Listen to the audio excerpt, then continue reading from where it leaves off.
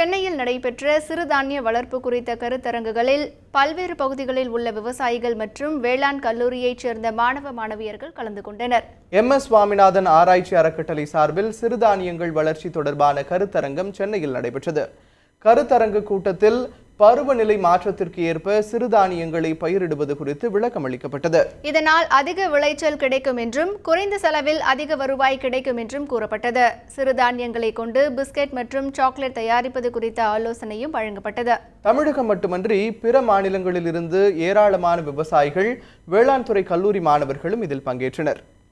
நாங்கள் வந்துட்டு agriculture irrigation engineering படிச்சுட்ருக்கேன்.